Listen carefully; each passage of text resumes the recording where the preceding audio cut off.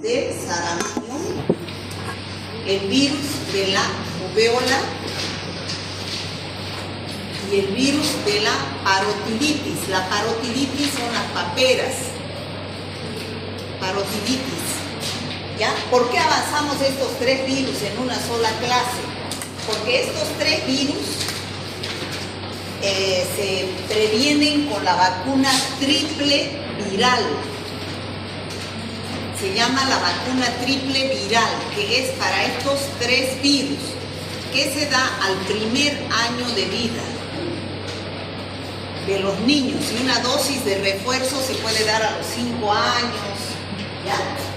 Entonces, después también vamos a avanzar otros dos virus que nos faltan, que es el virus de la polio, que es el poliovirus, que produce la poliomielitis, y el virus y el rotavirus, que es un enterovirus que produce gastroenteritis.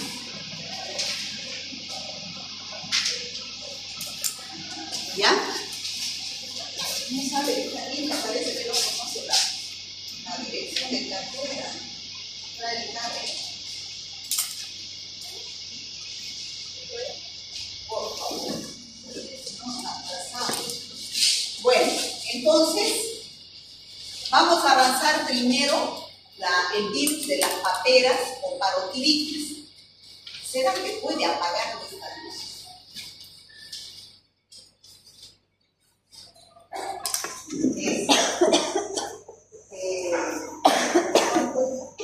Miren, primero vamos a avanzar el virus de la parotiditis o de las paperas.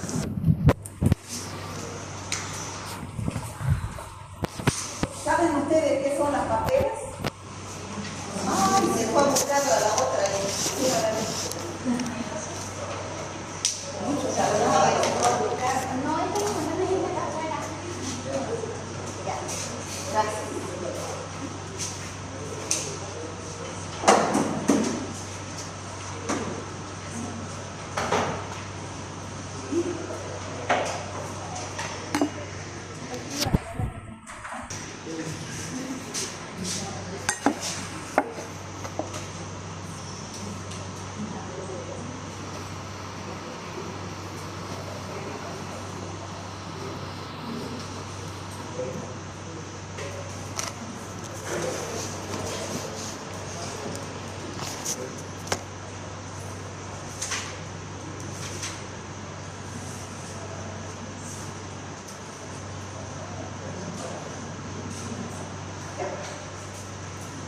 Entonces, ya está mal está rojo. Entonces, el virus de la parotiditis son las paperas. ¿Han escuchado hablar de las paperas? Sí. Es la inflamación de las glándulas parótidas, por eso aparecen como unas bolas acá en las paperas, o parotiditis. Glándulas salivales. Fíjense cómo hay tumefacción de las glándulas parótidas. Esto es producido por el virus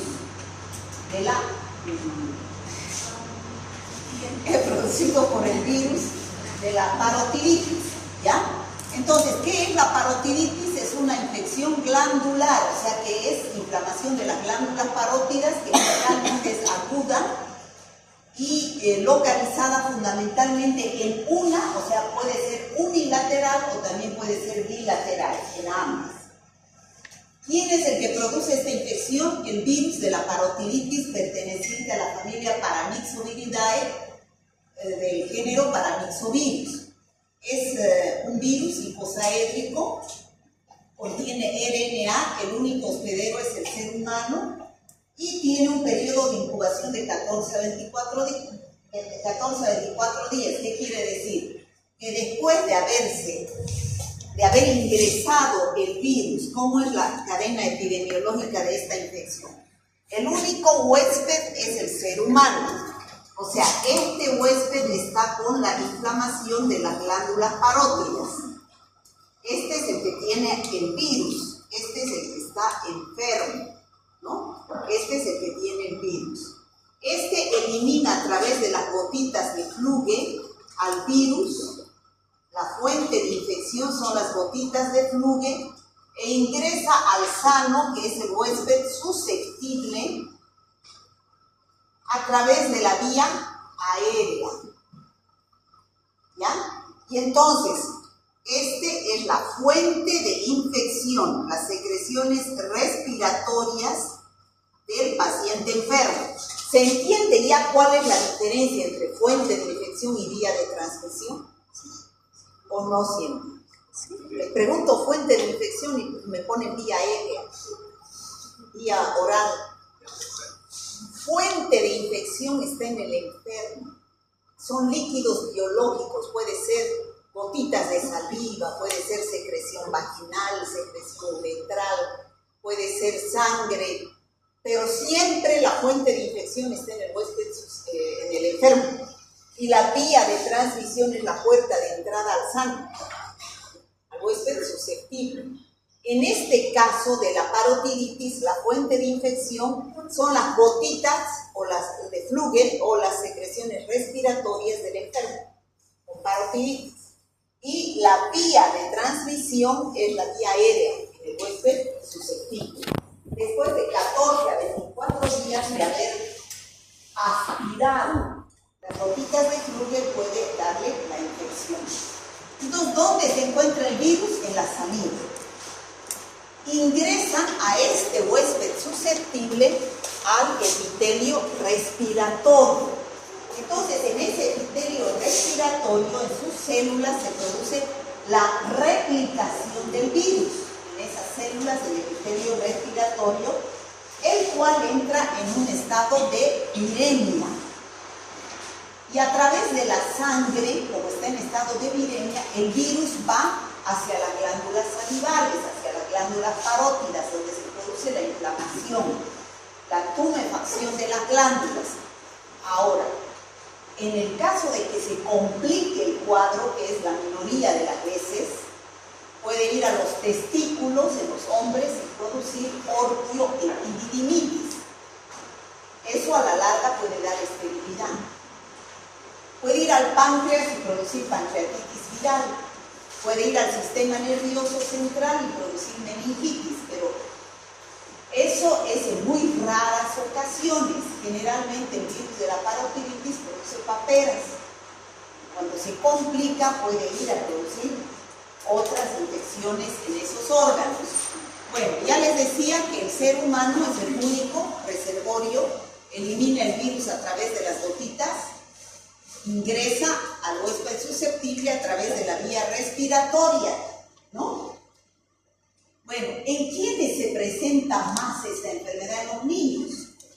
Puede ser entre los 5 hasta los 15 años de edad, pero es más susceptibles son los niños. Puede ser también en menores de 4 años y mayores de 40. Hay también parotiditis que se han enfermado los adultos, y esa es más grave que en los niños. Se presenta más en hombres por caracteres genéticos, ¿no? Y se adquiere inmunidad tras haberla padecido. ¿Qué significa eso? Que cuando uno se enferma de paperas, queda inmune para toda la vida. Esa es la inmunidad natural. ¿Está claro eso? Inmunidad natural es cuando uno se enferma con la enfermedad, queda inmunizado naturalmente, ¿se entiende? En cambio, inmunidad adquirida es cuando nosotros adquirimos a través de una vacuna. En ambas va a haber anticuerpos, ¿no es cierto? En ambas se forman anticuerpos, pero los anticuerpos es una consecuencia de una inmunidad natural tras haberse ingresado el virus por una enfermedad o adquirida, ingresa el virus atenuado a través de una vacuna. ¿Está claro? ¿Entienden lo que es inmunidad natural y adquirida? ¿Usted joven entiende? ¿Sí? ¿Cómo es adquirida? Adquirida a través de la vacuna. ¿Y natural? Haberte enfermado. Haberte enfermado, ¿ya? Entonces, queda para toda. Ahora, ustedes me dirán, a mí nunca me dio papeles. De repente sí, de repente no. No podemos asegurar eso, porque no todos los casos sintomáticos. Hay un 30 a 40% de los casos que son asintomáticos. Ustedes solamente pueden decir, a mí nunca me dio paperas, cuando le saquen sangre y busquen anticuerpos antivirus de la parotiditis. Si da negativo, quiere decir que nunca han enfermado. Pero seguro que sí han enfermado y están en el 30-40% de los casos. El 60-70% son sintomáticos. ¿Qué es lo que va a dar? En la mayoría va a dar las paperas, inflamación de las glándulas parótidas. Algunos, ya hemos dicho, orgioepididimitis, los testículos. Otros van a dar pancreatitis y otros meningitis, pero son la minoría de los casos. Bueno, ¿cómo empieza la enfermedad? ¿Cómo es el curso de la enfermedad? Ustedes saben que toda enfermedad tiene un periodo de incubación. Hemos dicho que en este caso son 2 a 3 semanas.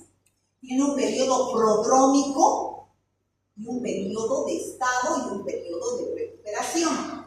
En el periodo prodrómico ya dijimos que son signos inespecíficos. En estos signos inespecíficos va a haber anorexia, cefalea, fiebre, malestar general. ¿En qué enfermedad viral no hay lo mismo? No podemos decir si estamos con gripe. Es una virosis, dicen los médicos, cuando el niño está con fiebre, decaído, ¿no? Le duele la cabeza, no tiene ganas de comer. Entonces, es una enfermedad viral. Entonces, ese es el periodo prodrómico, signos inespecíficos. Ya en el periodo de estado, ya después de unos días, ya empieza la tumefacción de las glándulas parótidas. Entonces, ese es el periodo de estado, donde aparecen los signos específicos de la infección.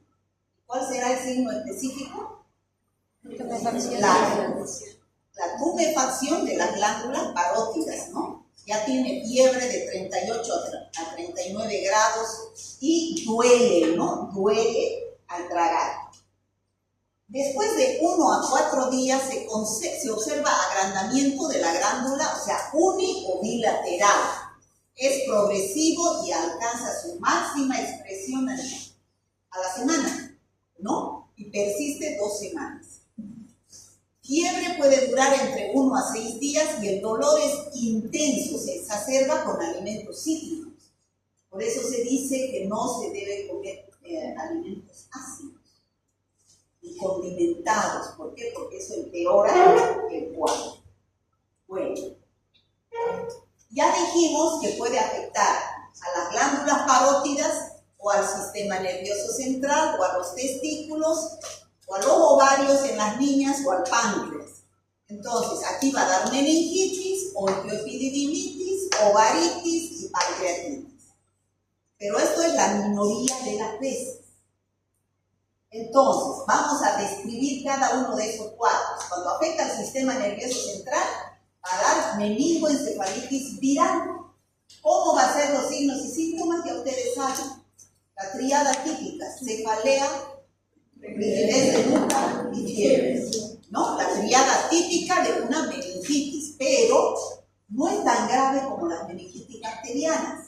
Esta es una meningitis viral, donde el tratamiento es solamente sintomático. Se tratan los síntomas.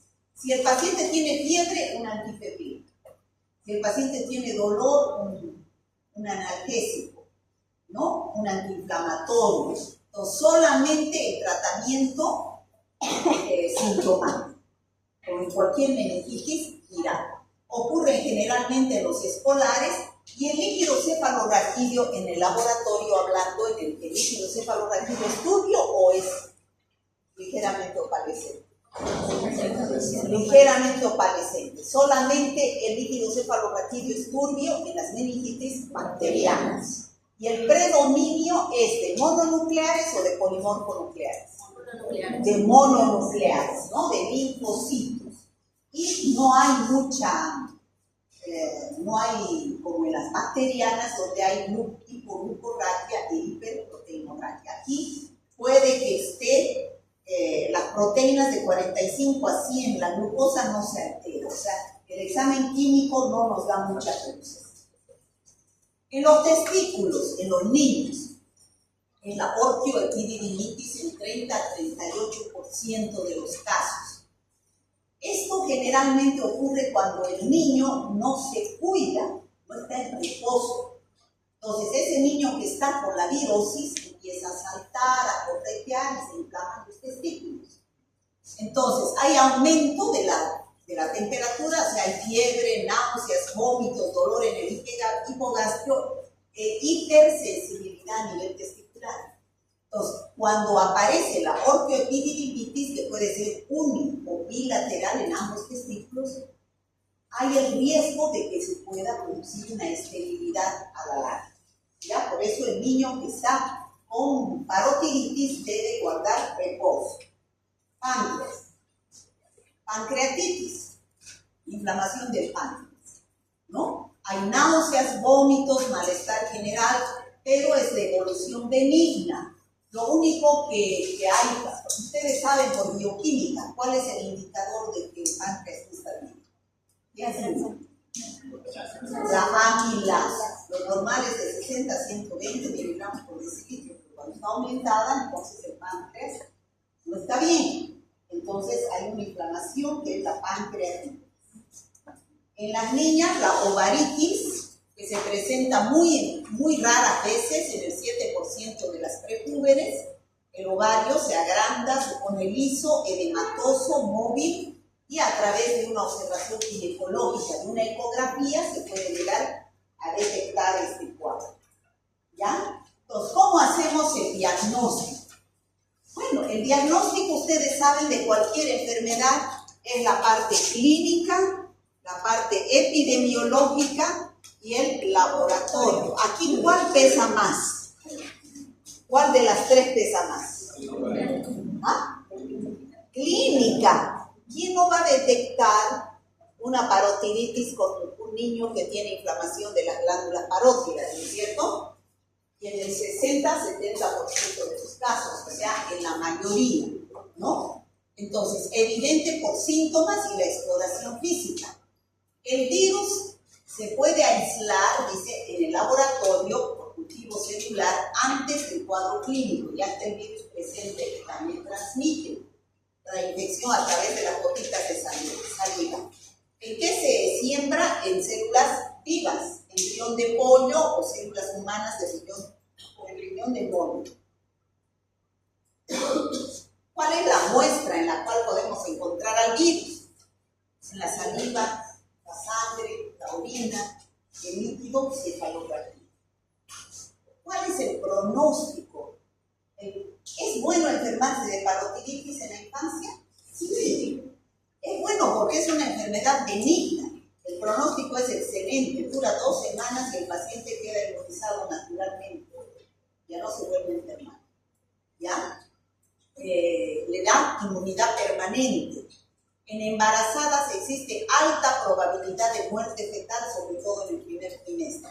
Porque el primer trimestre es el periodo de organogénesis. Se están formando los órganos del bebé. Cualquier enfermedad que adquiera la madre durante ese periodo puede afectar al embrión. ¿Ya? Durante el segundo trimestre nace un niño con bajo peso. Bueno, ¿y cuál es el tratamiento? Es una infección viral benigna. Tratamiento sintomático. No se da antivirales. ¿Ya? Tratamiento de apoyo sintomático, reposo en la fase aguda. Hay fiebre y dolor, se da acetaminofeno o ibuprofeno, compresas frías o tibias en las parótidas. O sea, se le dice, ¿no?, que se ponga, yo me acuerdo que las abuelas dicen que se ponga belladona, hay una bebida antiinflamatoria que es belladona y por su pañuelo, ¿no? La dieta debe ser blanda, evitar condimentos y sustancias ácidas, que son los cítricos, porque exacerban, aumentan la sintomatología del dolor. En el páncreas, en la pancreatitis, el manejo es sintomático de las náuseas, vómitos y dolor abdominal, ¿no? Y en el caso de las meningitis, las crisis convulsivas, el tratamiento debe ser habitual para evitar eso. En la orquioepididimitis, dar corticoide para desinflamar los testículos. Bueno, y la prevención, existe transferencia placentaria de anticuerpos de la madre al producto. ¿Qué significa eso? Que la madre se ha enfermado de parotiditis, tiene anticuerpos en su sangre, ¿no es cierto? Entonces, todo lo que la madre tiene, el bebé va a tener.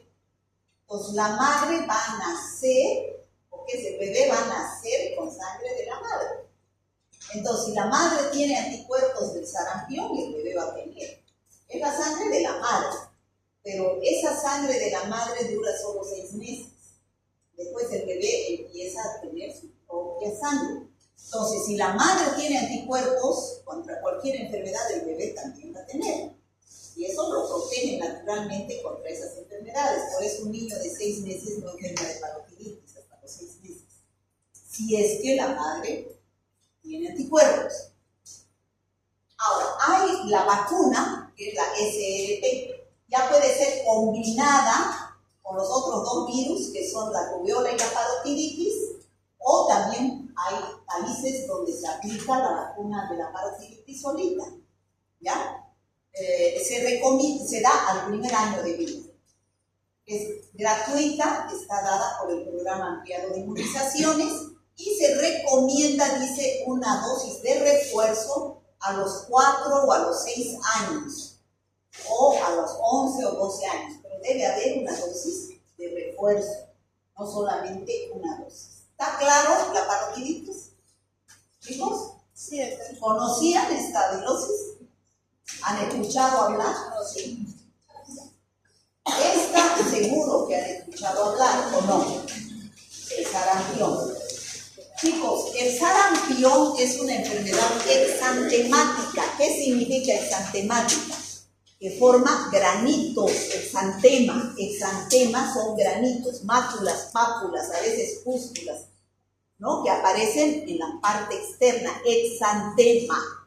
En cambio, enantema es adentro, manchita adentro, ¿no? Puede ser enantema bucal, pero dentro. Exantema es fuera. Hay enfermedades exantemáticas. Por ejemplo, hemos visto cuando hemos avanzado el Streptococcus pyogenes, la escarlatina, ¿no? Hemos avanzado la varicela, ahora estamos avanzando el sarampión, después vamos a avanzar la rubiola, ¿no? Todas esas son, el dengue también es una enfermedad exantemática que produce exantema en algunos casos, ¿no? Bueno, el sarampión en nuestro medio está controlado. ¿Qué quiere decir? Que debido a que esta vacuna es gratuita y hay una buena cobertura de la vacuna, entonces no hay casos de sarampión. Pero ustedes van a escuchar en la televisión, en la radio, sobre todo en casos que vienen del campo, donde no ha llegado la vacuna, llegan madres con sus hijos con sarampión. El sarampión no es una enfermedad benigna siempre. A veces el sarampión se complica con encefalitis, enfermedades del sistema nervioso, ¿ya? Entonces, ¿qué es el sarampión? Es una enfermedad endemoepidémica, o sea, se pueden presentar endemias en algunos lugares. Todo el tiempo hay casos de sarampión. En Bolivia, cuando hay un caso de sarampión, es una enfermedad de declaración obligatoria. Igual que la difteria, igual que el COVID, son enfermedades de declaración, igual que el tétanos, el hanta. Entonces son enfermedades de declaración obligatoria. Ustedes cuando tengan un caso probable de sarampión, inmediatamente deben llamar a CEDES, porque se producen epidemias y hay que controlarlas. Es infecciosa aguda, es una enfermedad aguda, caracterizada por fiebre y síntomas respiratorios. ¿Cuáles son los síntomas respiratorios? Coriza, ¿qué es coriza? Rinorrea, secreción nasal, eso es coriza, ¿no? Conjuntivitis de los ojos, exantema, máculo papular, o sea, mácula y pápulo, y manchas de cópula, está con rojo porque eso es característico del sarampión. Ahorita vamos a ver qué es eso, ¿ya? Transmitida por vía aérea. ¿Qué quiere decir? ¿Cómo es la transmisión? Este paciente está con virus del sarampión, está con su exantema en su cuerpo. Este niño se rasca, deja a los virus en el aire y ¿cómo ingresa? Por la vía respiratoria. Esa es la vía de ingreso más importante. Respiro virus, ¿ya? La vía respiratoria. Y al ingresar por vía respiratoria, los primeros síntomas se producen a nivel del epitelio respiratorio, coriza nasal, tos, ¿no? Por eso es que el virus se replica en el epitelio respiratorio. ¿Cómo se presenta? Periodo de incubación de 7 a 18 días, una semana hasta 2-3 semanas.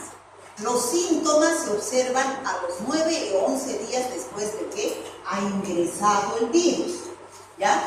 ¿Cómo va a empezar? Lo primero, síntomas respiratorios. Está ingresando por vía aérea. Va a presentarse tos, rinitis, o sea, coriza, secreción nasal, conjuntivitis, ojo rojo, fiebre y a veces fotofobia, no puede ver la luz. Esos son los síntomas iniciales en el periodo prodrómico, ¿ya? Después de 1 a 3 días de haber presentado esos signos y síntomas, ¿con esos signos y síntomas podemos decir el sarampión? No, ¿no es cierto? Periodo prodrómico, signos inespecíficos. Entonces, recién aparece el periodo de estar, con los síntomas típicos, característicos del sarampión, que solo el sarampión tiene, que son las manchas de Koplik. ¿Qué son las manchas de Koplik? Unas manchas blancas que aparecen parecidas al mugre, pero son más puntiformes. ¿Quién produce el mugre? Pero estas son más puntiformes que aparecen en un niño que tenga primero estos signos y síntomas respiratorios. Esas manchas de Koplik pueden durar 1 a 2 días, nada más. Y es suficiente como para decir es sarampión. Y después aparece el exantema, ¿ya? El exantema, que es máculo papular. Esas son las manchas de Koplik. Es un enantema bucal. ¿Qué es enantema? Manchas en la parte de adentro. Tenemos que decirle, a ver, abra la boca. No podemos ver desde afuera. Esas son típicas del sarampión. Signo patognomónico del sarampión son las manchas de Koplik. Y después, entre las 12 y 24 horas de la aparición de las manchas de Koplik, recién aparece el exantema. ¿Cómo es el exantema? Porque ustedes tienen que saber diferenciar los diferentes tipos de exantema, porque nos dan luces de qué enfermedad puede ser. ¿Cómo era la varicela? Mácula, pápula, vesícula, esto es líquido, ¿no es cierto? Pústula, pus.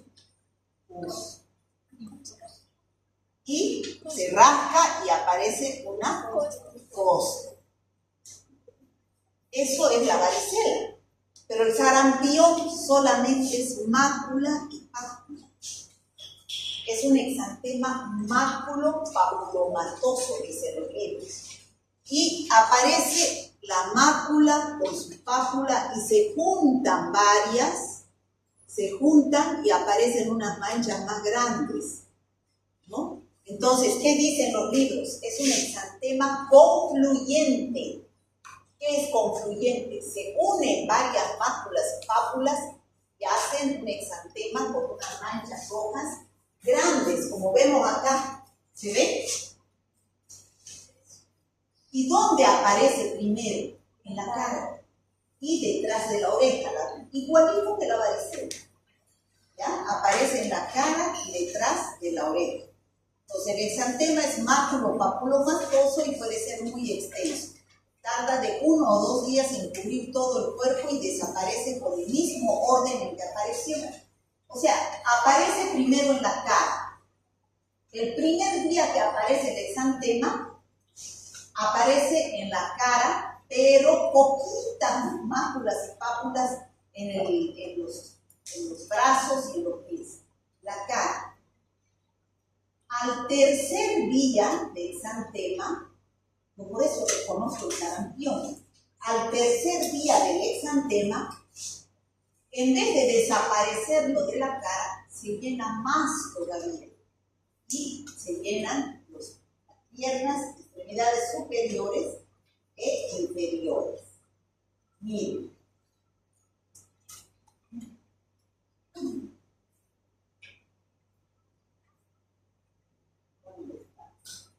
Así. Fíjense, el primer día aparece en la cara las máculas y pápulas. Y poquito, aquí difuso, aquí nada. El tercer día se llena más la cara y aparece en todo el cuerpo. Y más días dura el sarampión que la rubiola. Ustedes se van a dar cuenta que cuando hablemos de la rubiola, aparece el primer día así. Y el tercer día, en vez de llenarse, desaparece ahí y aquí aparece los miembros. Ya en la cara desaparece. Muy bien. El exantema en la rubiola dura 3, 4 días. Aquí dura mucho más tiempo. ¿Está claro? ¿Chicos? Bueno. ¿Qué tipos de sarampión existen? El sarampión típico es el que acabo de describir. Después de un periodo de incubación de 10 días, término medio, aparece ese periodo catarral. ¿Por qué? Porque el virus ingresa por la vía respiratoria y se multiplica en las células del epitelio respiratorio. Entonces el paciente va a tener este periodo catarral que va a durar 4 días más o menos, con tos, rinorrea, estornudos, conjuntivitis. Después aparece el enantema bucal, que son las manchas de Koplik, y después el exantema. Hemos dicho porque es también característico. ¿Se entiende? Este es el sarampión típico, pero no todos presentan este cuadro, ¿ya? Entonces ustedes pueden decirme, yo nunca me enfermé de sarampión. Tampoco podemos decir eso, porque hay sarampión leve o atípico. ¿Qué significa? Que no todos presentan esto. Algunos, cuadro febril leve, en el cual pueden faltar los síntomas típicos, que son las manchas de Koplik y el exantema. Entonces pueden tener el cuadro respiratorio, rinorrea, estornudos, conjuntivitis, y sin exantema. Entonces yo no puedo decir el sarampión. Solamente el laboratorio, si me hacen una PCR o un cultivo celular, las lesiones de líquido que produce, entonces yo puedo saber que puede ser el sarampión, ¿no? O sea, puedo haber cursado. Si me hacen ahorita una prueba de sangre, de repente tengo IgG contra el virus del sarampión. Y eso quiere decir que yo enfermé alguna vez sarampión, porque deja inmunidad para toda la vida. ¿Y por qué les digo que es una enfermedad de declaración obligatoria? Porque hay sarampión grave. Es la minoría de las veces, pero hay graves, se presenta en los desnutridos y los inmunodeprimidos, sobre todo los desnutridos, porque tienen deficiencia de inmunidad celular, ¿ya? Y entonces va a dar una neumonía, que se llama neumonía de Goethe, ¿ya? Entonces, aquí, cuando el sarampión, el virus del sarampión, afecta a los linfocitos B, va a dar el típico sarampión, con el exantema, con las manchas de Koplik, que hemos descrito que es la mayoría. Pero cuando el virus afecta a los linfocitos T, va a dar el sarampión grave, que es la neumonía de Goethe. ¿Está claro, chicos? Sí. Bueno, ya vimos los cuadros. Que le quede esto del sarampión, el exantema que aparece en el sarampión. Bueno, esas son las manchas de Koplik, que son confluyentes, eso no se olvide, que se juntan, ¿no? Ahí tenemos conjuntivitis, exantema, manchas de Koplik, ¿no? Fíjense cómo confluye el exantema máculo-papulomatoso y da manchas más grandes y se llena la cara, ¿no? ¿Qué características tiene el sarampión? El agente causal es el virus del sarampión. Taxonómicamente es el género Morbillivirus y de la familia Paramyxovirus. También es una enfermedad que da inmunidad permanente para toda la vida. O sea, una sola vez en la vida uno se enferma de sarampión. ¿Ya? Y el contagio, ya hemos dicho, es a través de la vía respiratoria. Y la fuente de infección son las gotitas respiratorias y los virus que están en el ambiente, ¿no? El niño se rasca y deja virus en el ambiente, ¿ya? ¿Y qué más? Inmunidad pasiva transmitida por la madre dura 6 meses. Si la madre se enfermó de sarampión, tiene anticuerpos IgG. Y por vía transplacentaria le pasa al bebé. Entonces el bebé puede enfermar, un recién nacido, puede enfermar de sarampión. Si una madre le ha pasado anticuerpos IgG, no es cierto. Entonces generalmente hasta los 6 meses no se enferma de sarampión. Bueno, ya les dije cuáles son las complicaciones del sarampión, por eso es grave, las encefalitis, pero generalmente es una cada 1000 casos, la panencefalitis, la encefalitis, que son infecciones a nivel del sistema nervioso. También puede haber complicaciones por bacterias, bronquitis, bronconeumonías, otitis. Bueno, ¿cómo es el diagnóstico? El diagnóstico es clínico, epidemiológico o de laboratorio. ¿Qué pesa más? Clínico. Clínico, ¿no? Sobre todo cuando se presenta el sarampión típico. El diagnóstico es clínico. Epidemiológico sí, porque si en esta aula tenemos un caso de sarampión detectado ya laboratorialmente y hay otro que presenta en la misma clínica, por nexo epidemiológico decimos que es sarampión, ¿no? No necesitamos hacer análisis. Si ya tenemos un caso confirmado por laboratorio y tenemos a un paciente que ha convivido, que ha estado en contacto con ese paciente, entonces ya por nexo epidemiológico decimos que es sarampión o cualquier enfermedad que veamos, sobre todo las que ingresan por vía respiratoria. Laboratorio es para confirmar los casos primarios solamente, no se piden en todos los casos. Bueno, profilaxis. Puede haber solamente vacunación contra el virus del sarampión, pero generalmente tenemos la triple viral, que se vacuna con el PAI, igual con rubiola, sarampión y parotiditis a los 12 meses de edad. Y puede haber una dosis de refuerzo a los 5 a los 10 años. ¿Está claro, chicos? Sí. Rubiola. La rubiola, ¿han escuchado hablar de la rubiola? ¿O no? El nombre. Bueno, hoy día van a salir saliendo rubiola, sarampión y parotiditis. La rubiola también es una enfermedad exantemática, también presenta exantema. Y también es máculo-papulomatoso, mácula que después se vuelve con pápula. No llega a vesícula, pústula y costra como la varicela. Es un exantema máculo-papulomatoso. Pero estas máculas y pápulas no confluyen formando manchas más grandes como el sarampión, sino estas máculas quedan aisladas. Un puntito aquí, otro puntito allá. Por eso se dice es puntiforme. No son máculas, no, el exantema no es concluyente, es puntiforme, aislados. ¿Me dejo entender? Sí. Entonces, esos ustedes, ojo, doctores, cuando vean un exantema en un niño que presente fiebre, sospechen de una enfermedad exantemática.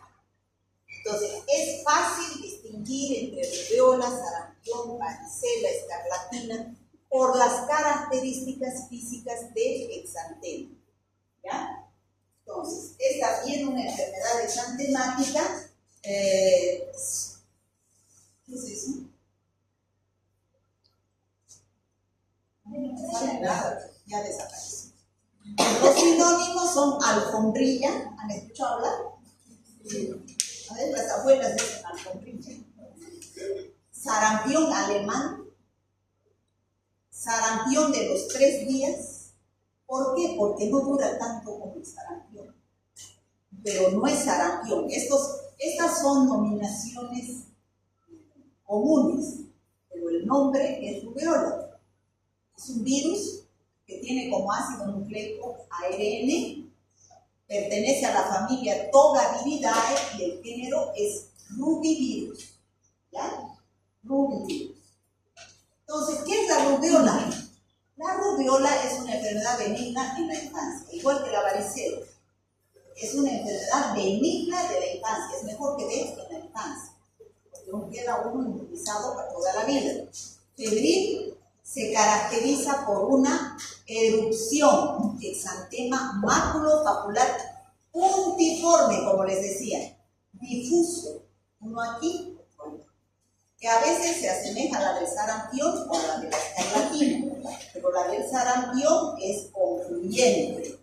Una de las características de la erupción es el aspecto puntiforme de las máculas, que las diferencian de otras enfermedades eruptivas como el sarampión, ¿no? Eso es cuando da a los niños. Es una enfermedad benigna. Pero lo grave es cuando da a una embarazada, ¿no? Cuando una embarazada se enferma de rubéola, hay el riesgo que pueda contagiar a su bebé, sobre todo cuando está en el primer trimestre de embarazo, que es el periodo de organogénesis, ¿ya? Entonces, el agente infeccioso pertenece a la familia Togaviridae, género rubivirus, el virus se llama de la rubéola. El único reservorio es el hombre, ¿ya? El único reservorio, no viene de los animales como reservorio. Como les he preguntado a los chicos pues, del grupo A, ¿cuál es el reservorio del virus de la gripe A H1N1? Todos me han puesto el cerdo. No fue el cerdo, de todos los virus de la gripe. El reservorio natural son las aves. Todos vienen de las aves. El cerdo, en el caso de la gripe A H1N1, es un huésped accidental por ese año nomás. Pero el natural son las aves, especialmente las aves silvestres. Ahí es donde el virus queda latente, sin morirse. Bueno, aquí el único reservorio es el hombre de distribución mundial. Y el método de transmisión exactamente el mismo. Ingresa a través de la fuente de infección, las gotitas que quedan en el ambiente y ingresa por la vía respiratoria. Bueno, periodo de incubación de 14 a 23 días. La susceptibilidad es universal. Rubéola da en todo el mundo, no es característica de un solo lugar. En cualquier parte puede haber rubéola. También es una enfermedad que queda inmunizado cuando uno se enferma. Puede quedar uno inmunizado por haberse enfermado en forma natural, por la vacuna en forma adquirida o a través de los anticuerpos maternos que le pasa la madre que tiene IgG. Pero que no se ha embarazado, que no se ha enfermado durante el embarazo, sino la madre puede que se haya enfermado de rubéola cuando era niña y va a quedar esos anticuerpos para toda su vida y le va a pasar a su bebé cuando se embarace. ¿Está claro, no? El diagnóstico puede ser clínico por el exantema y las características que vamos a ver, puede ser epidemiológico, viendo los brotes que se presentan en lugares comunes, o laboratorial, por pruebas directas o indirectas. Bueno, ¿cómo es la transmisión? La puerta de entrada es la vía aérea. Se multiplican las células del epitelio respiratorio superior, igual que el virus del sarampión. Entonces, llega a los ganglios y se produce la viremia, es decir, el virus entra a la sangre y se localiza en piel, produciendo el exantema, y en la mucosa respiratoria, produciendo los síntomas respiratorios. ¿Cuáles son los cuadros clínicos de la rubiola? O sea, ustedes para hablar de rubiola tienen que pensar, si es una rubiola que no da a la embarazada, esa que da a la embarazada es la rubiola congénita. Esa es grave, ¿no? La gestante con rubiola, el virus atraviesa la placenta y se infecta el embrión. Y lo más grave es en el primer trimestre de embarazo, que es la organogénesis. Vamos a ver qué alteraciones se producen. Esta rubiola postnatal se refiere a la que se enferma cualquier persona que no esté embarazada. Por ejemplo, los niños, las mujeres no embarazadas y cualquier hombre. Esos se enferman de rubiola y esa es una enfermedad benigna. Es mejor enfermarse y quedar inmunizado, ¿ya? Naturalmente. Entonces, ¿cuál es la clínica? En el periodo prodrómico, que dura poco, la rubiola es una enfermedad corta, dura 24 a 48 horas, aparece como ingresa el virus por la vía respiratoria, aparecen los síntomas catarrales, es decir, la rinorrea, se replica el virus en las células respiratorias, y lo característico de la rubiola en los niños o en la persona que se enferma es que los ganglios cervicales se inflaman. Y durante todo el tiempo que dura la rubiola, la enfermedad, los ganglios están inflamados. Esa es una característica que no tiene el sarampión ni la varicela, ¿ya? Y el paciente tiene fiebre. Eso es el periodo prodrómico. Después aparece el periodo exantemático, que dura poquito, 3 a 4 días nada más, ¿ya? Y la fiebre, aparece ese exantema que es puntiforme, no llega a confluir como el sarampión, y persisten las adenopatías. Fíjense cómo es el exantema en la rubiola, cómo era en el sarampión. El primer día aparecía en la cara y miembros, tronco y miembros superiores, poquito, ¿no es cierto? O sea, hasta aquí podemos pensar que fuera rubiola o sarampión, ¿no? Pero el tercer día, fíjense, nos damos cuenta que no es sarampión. Si fuera sarampión, se llena la cara, se llena, se exacerba. Y aquí también, y aparece acá. Pero fíjense, la rubiola desaparece ya en la región superior y se llenan manchas puntiformes en los miembros superiores e inferiores. ¿Está clara la diferencia? Entonces, clínicamente, ¿se puede distinguir sarampión de rubiola? Sí, por el exantema que se presenta si observamos a lo largo de los días, ¿no? Bueno, ahí tenemos el exantema de la rubiola y el riesgo, como les decía, es la rubiola congénita. En la rubiola congénita, ¿qué es lo que pasa si la madre se enferma durante el primer trimestre de embarazo? Entonces, ese niño va a tener alteraciones en el sistema nervioso, en el sistema cardiovascular, y va a tener en el sistema, en el corazón, ¿ya? ¿Qué va a tener en el sistema nervioso? Sordera, cataratas, glaucoma, esas. En el sistema nervioso, sordera y cataratas. Y sobre todo, el sistema nervioso, sordera y microcefalia. ¿Por qué? Porque el cerebro no llega a desarrollar. Entonces, si no llega a desarrollar el cerebro, ese niño nace con retraso mental.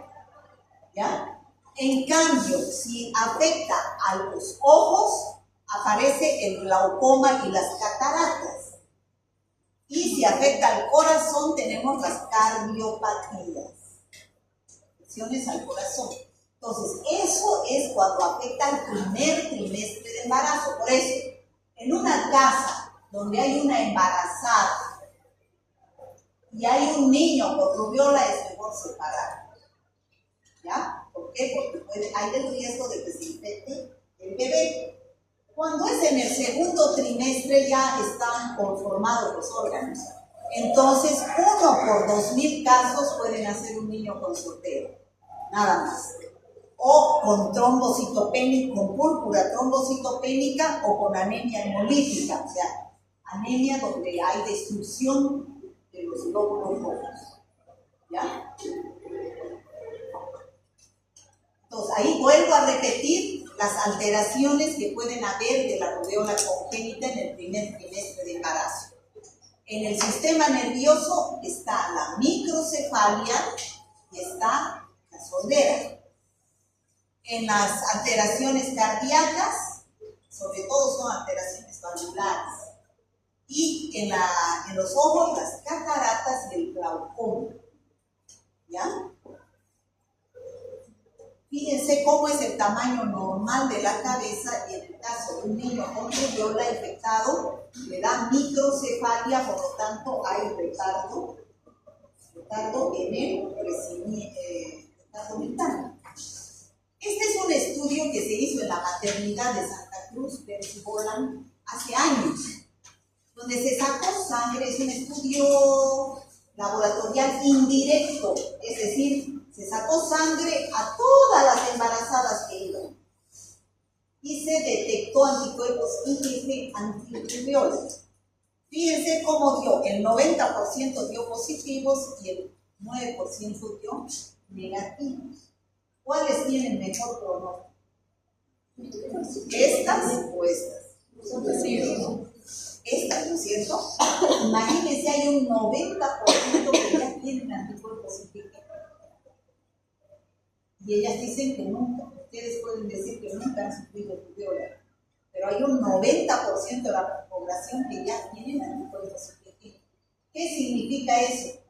Que ya está inmunizada y más bien le va a pasar IgG a su bebé por la vía transplacentaria. El que está en riesgo es este grupo, que puede infectarse durante el primer trimestre con rubéola congénita, ¿no?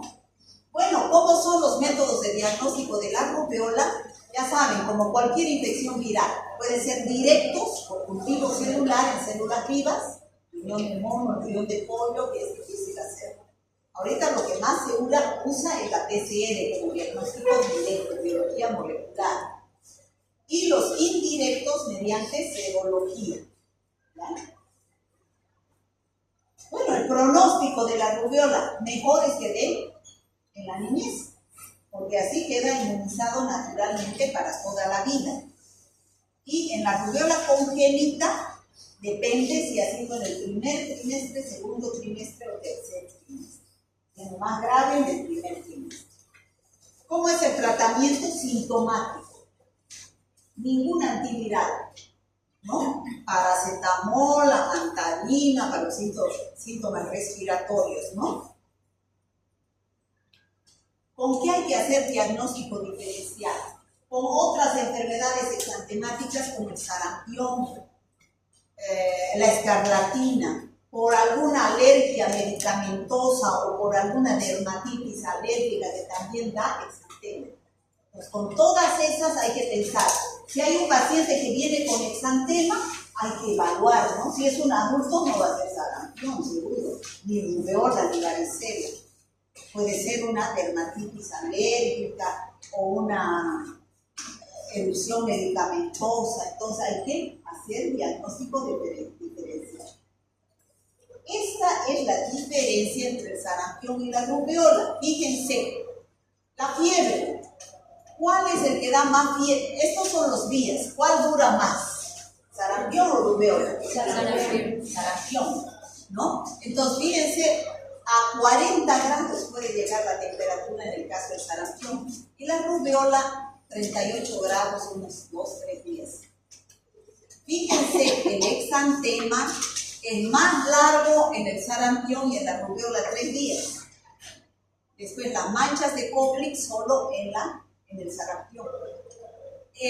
Las adenitis, que son las inflamaciones, es lo más característico durante todo el tiempo que dura la rubiola, hay inflamación de ganglios, ¿no? Después, coriza, tos, conjuntivitis es característico del sarampión. También puede haber coriza, pero poquito y unos cuantos días conjuntivitis en la rubiola. ¿Está claro? ¿Sí? Bueno. Ahí tenemos la varicela, ¿no? Mácula, pápula, pústula, costras, ¿no? El sarampión y la rubiola. ¿Eso qué es? Sarampión. ¿Qué creen que es? Sarampión. ¿Sarampión? Varicela. Es varicela, chicos, ¿no? Por las costras, por las pústulas. Fíjense las pústulas, ¿no? Así no es el sarampión, es varicela. Bueno, la rubiola, chicos, la rubiola, ¿ustedes se han hecho vacunar contra la rubiola? Aparte de la SRP. Hay la vacuna por el PAI en las mujeres de 15 a 39 años, o sea que están en edad de procrear. ¿Para qué? Para evitar la rubiola congénita, ¿no? De que se puedan infectar en mujeres en edad fértil, ¿no? Bueno, eso sería todo, chicos. Ahora, esperen, nos falta.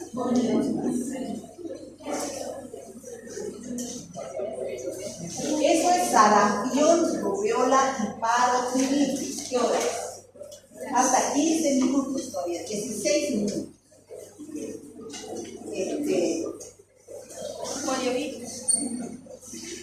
Vamos a ver el poliovirus, el virus de la polio. ¿Han escuchado hablar de la poliomielitis?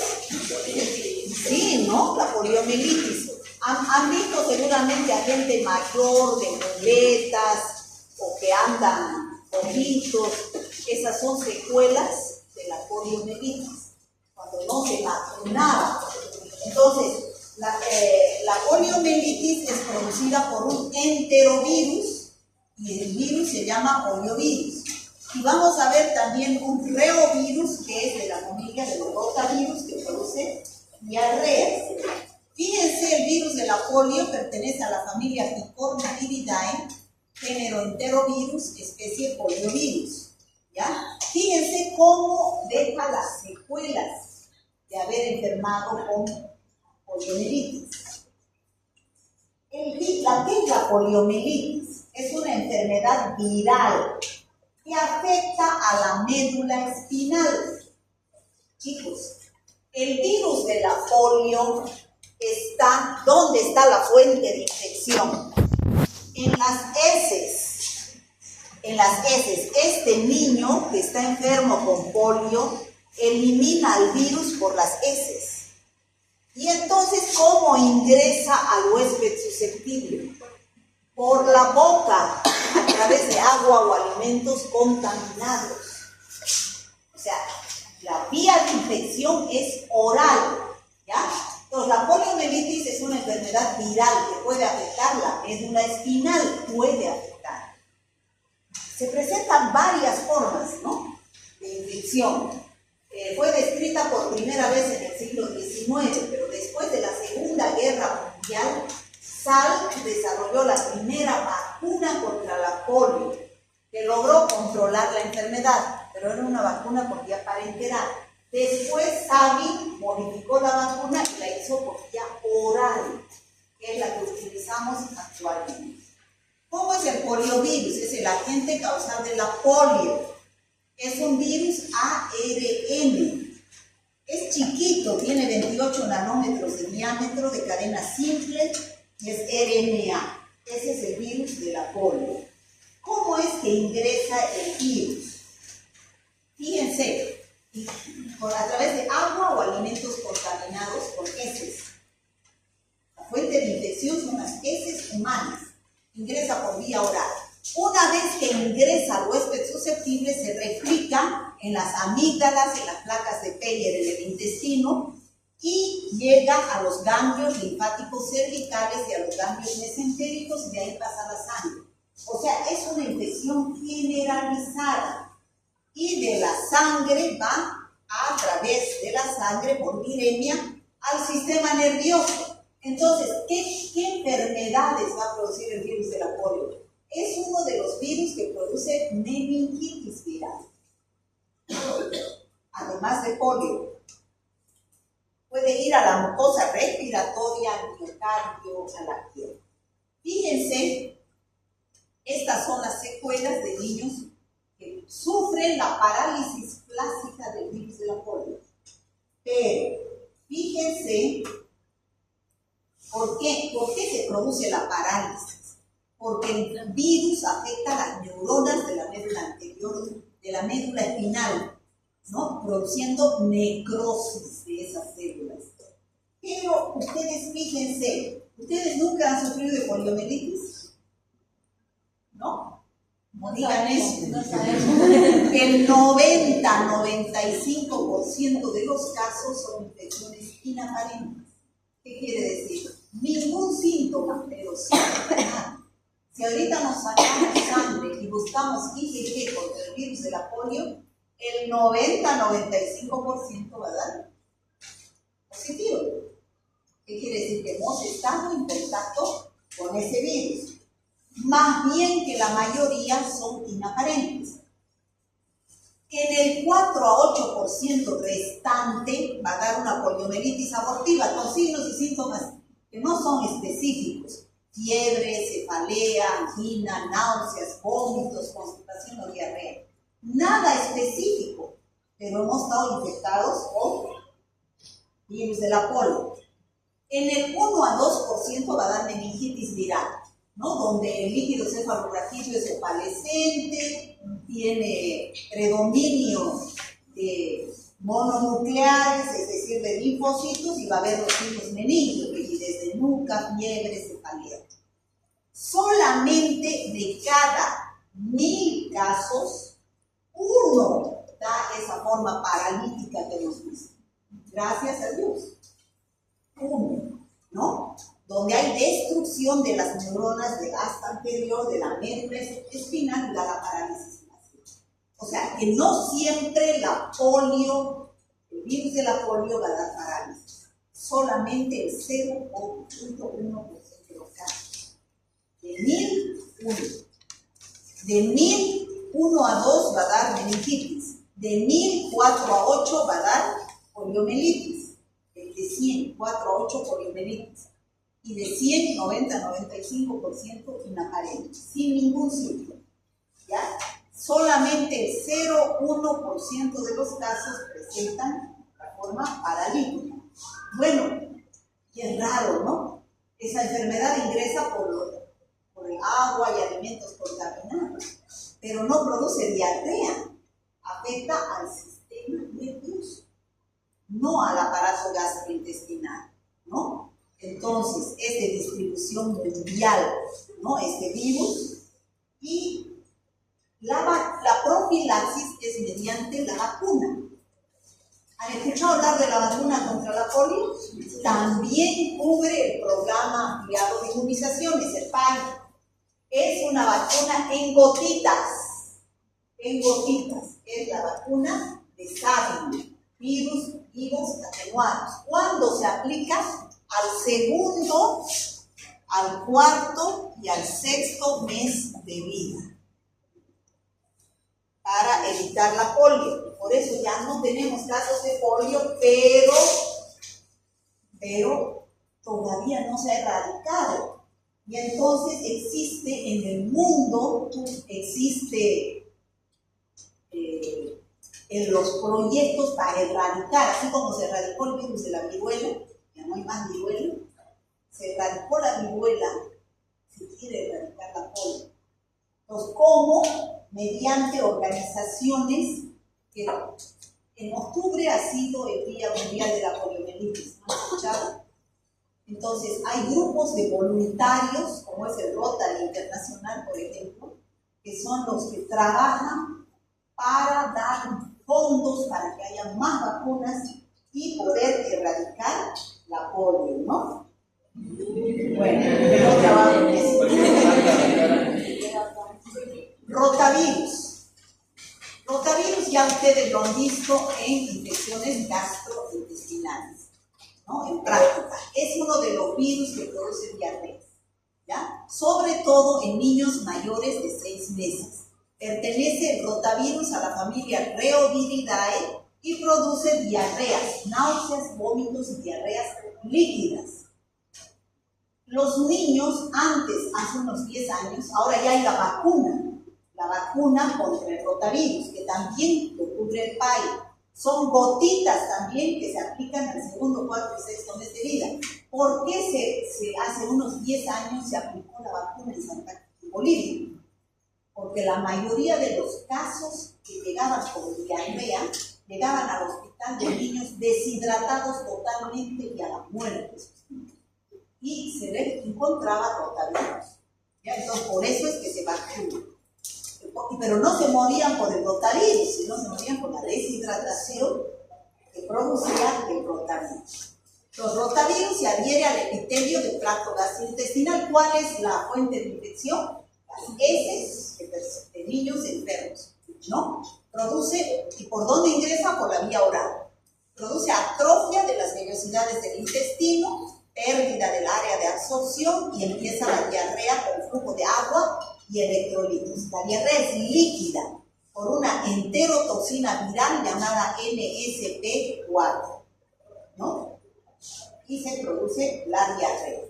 Más propensos son los niños de 6 a 24 meses. ¿Por qué? Porque a través de los biberones, que no hay una buena higiene de las madres, se contagia la enfermedad. La dosis infectiva es bajísima, de 10 a 100. O sea, facilito contagiarse de rotavirus. El agua de bebida es la principal fuente de contaminación. Y la gastroenteritis es la complicación más frecuente. Bueno, ya saben ustedes cómo se pueden prevenir estas enfermedades, ¿no? Agua potable, la higiene de manos, hervir las mamaderas, eliminación de excretas, ya ustedes saben.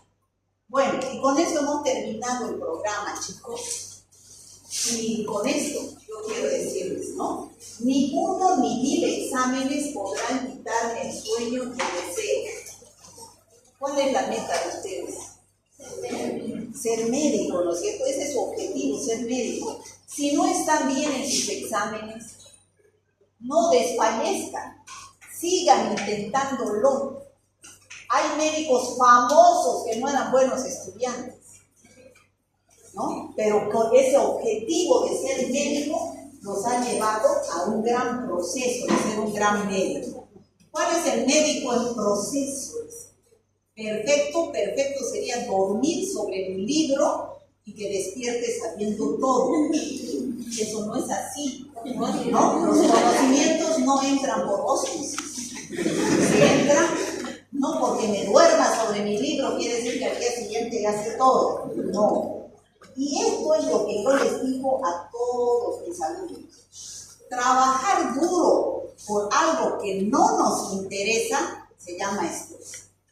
Si ustedes se han dado cuenta que no les gusta la medicina, vienen aquí estresados, ¿no? Les va a salir herpes, ¿no? Se van a estresar.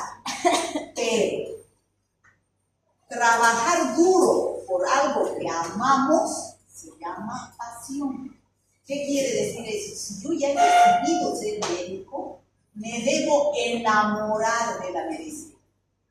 Tengo que enamorarme. ¿Cómo lo hago eso? Metiéndome en mi cabeza que cada día, cada clase que yo voy a aprender algo. Por más que el profesor sea aburrido, sea antipático, sea lo que sea, algo voy a aprender. Y así me voy a enamorar de la medicina. Y lo voy a hacer con pasión, ¿no? Yo tengo un estudiante, una anécdota que nunca me voy a olvidar y siempre la cuento.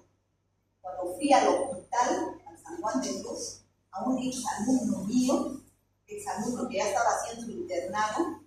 Los internos son los